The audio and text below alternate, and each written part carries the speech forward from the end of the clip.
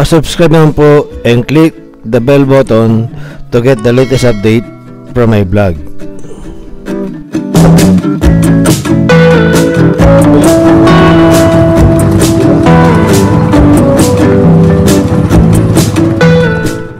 Taniman na naman po dito sa Isabela.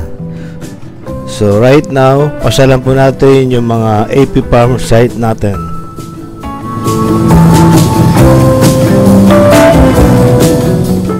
Galing po tayo sa AP Farm headquarters natin dito sa Abagatan.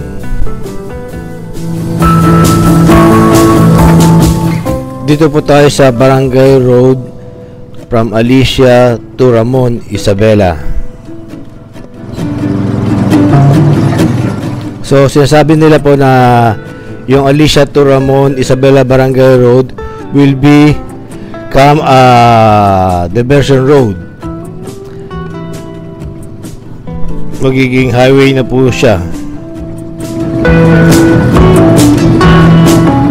So later on po magkakaroon ng road widening sa barangay road na to.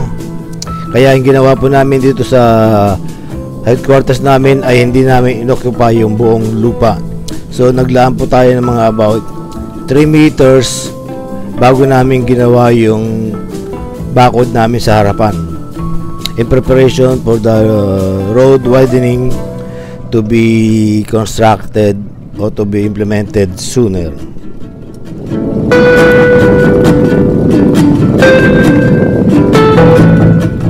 So last night po umulan po rito sa lugar namin na to. So kaya may mga portion po ng mga basa pa yung mga kalsada and sa mga paligid-ligid dyan sa farm.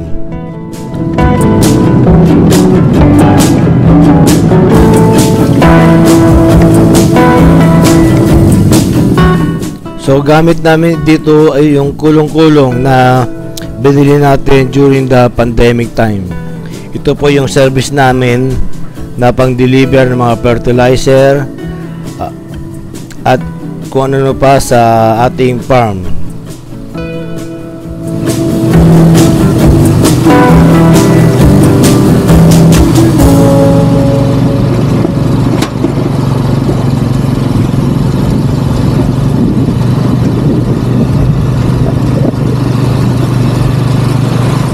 So mapapansin po natin dyan na may mga nakatime na po at may mga iba po na sa kalukuyan pong nagre-ready ng kanyang mga pilapil sa kanilang mga bukid.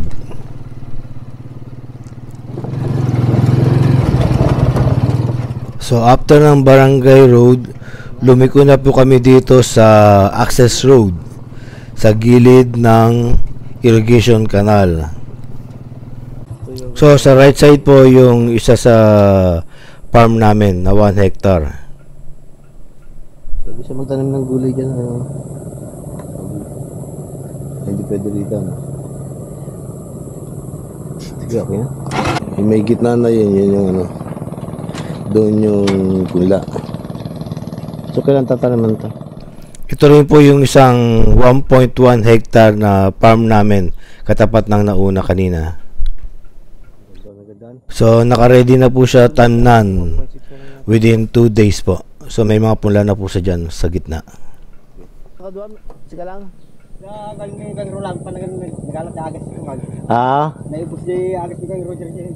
Tapos may nag-spread yung Roger ng gang. Okay. Ito naman po yung isang area rin natin na 1.9 hectares and ready for planting na po. Sige, pinapa-schedule ko yung ano, yung fish pan doon. Hulihin natin yung isda. Kailan man kayo? Uwi kami ng Biyernes eh. So right now po naglalagay na po sila ng snail pesticide sa mga pilapil nila.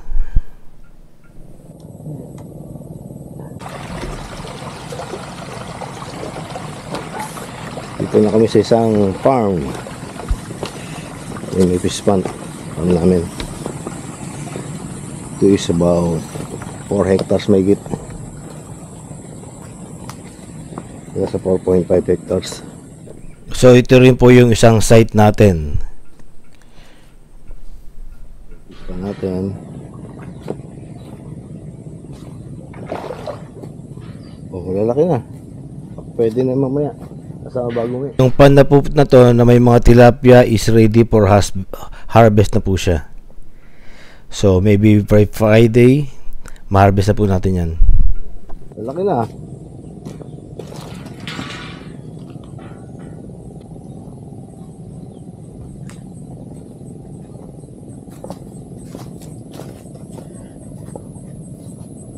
So yan. Ito yung kuha natin. Ganda po sa dulo. And this one. This dulo rin yan. And the other one. Ito. Ganda dulo rin yan. So tatlong ganda. Sa 4.6 hectares.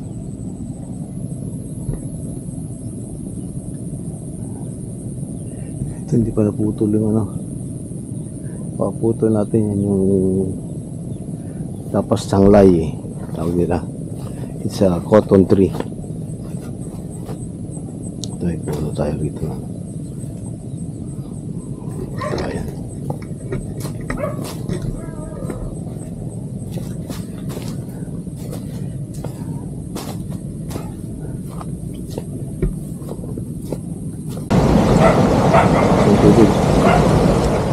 So sa mga site po namin dito sa Isabela, we see to it na gilid lang siya ng irrigation canal para hindi tayo magka-problema sa tubig, and then madali po yung babaan o kargahan ng mga fertilizer natin, and pag-harvest po malapit lang po siya sa kalsada. Pag hinarvest natin mga palay natin sa bukid, pwedeng daanan po ng mga truck.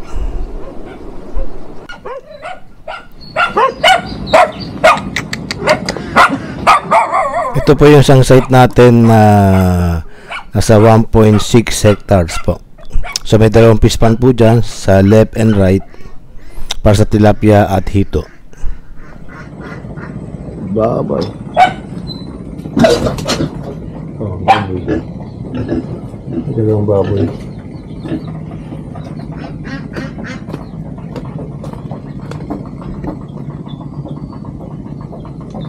Mga pato sa kamay.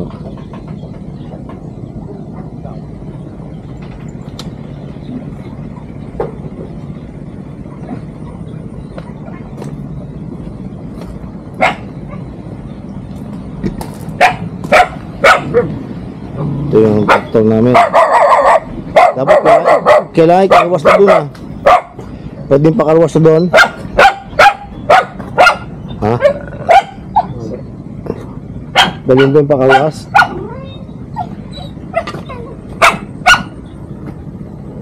Walang bungay kalamansi. Tandaan na yata. Ha? Tandaan na yata.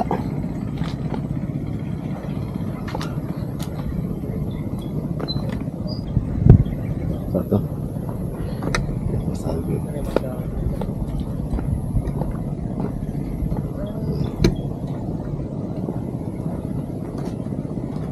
Ito yung bukid namin. Ito hanggang sa dulo. Tapos ito yung isa. Ito yung dadaan. Yan, sa dulo.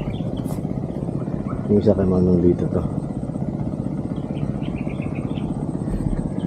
Yan, taliman na. Sana ganda yung halo dito. Kaya tinaman to? Maganda nung galing siya nakita rin dito. Yung kay Manong dito, hindi pa natin butula pa. So nataningan po itong palay dito mga 2 to 3 days ago po.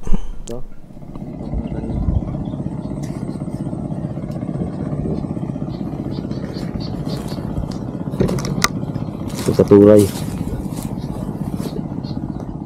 So puntahan po natin yung isang site po natin.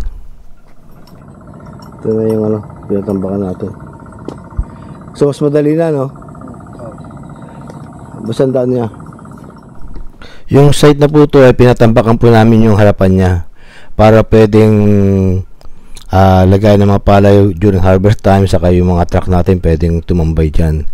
Galing po yung lupa na yan, doon po sa dulo, meron po tayong tambak po doon na pinakuha natin nung summertime para dalhin dito yung mga ibang lupa. So, meron pa rin na tambak na naiwan doon para sa mga punong prutas po natin.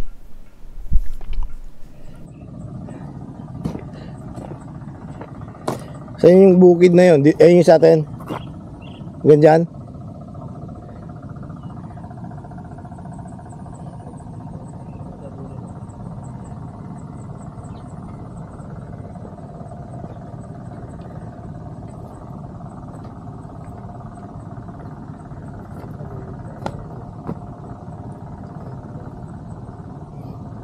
Nga sa luyo to.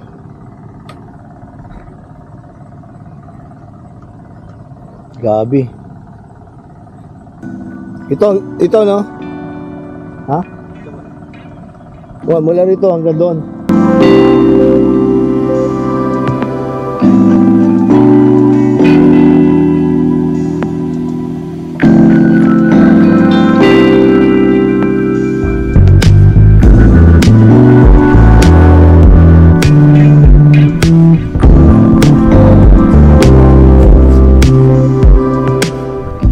Tabi rin po siya ng irrigation canal sa may left side po.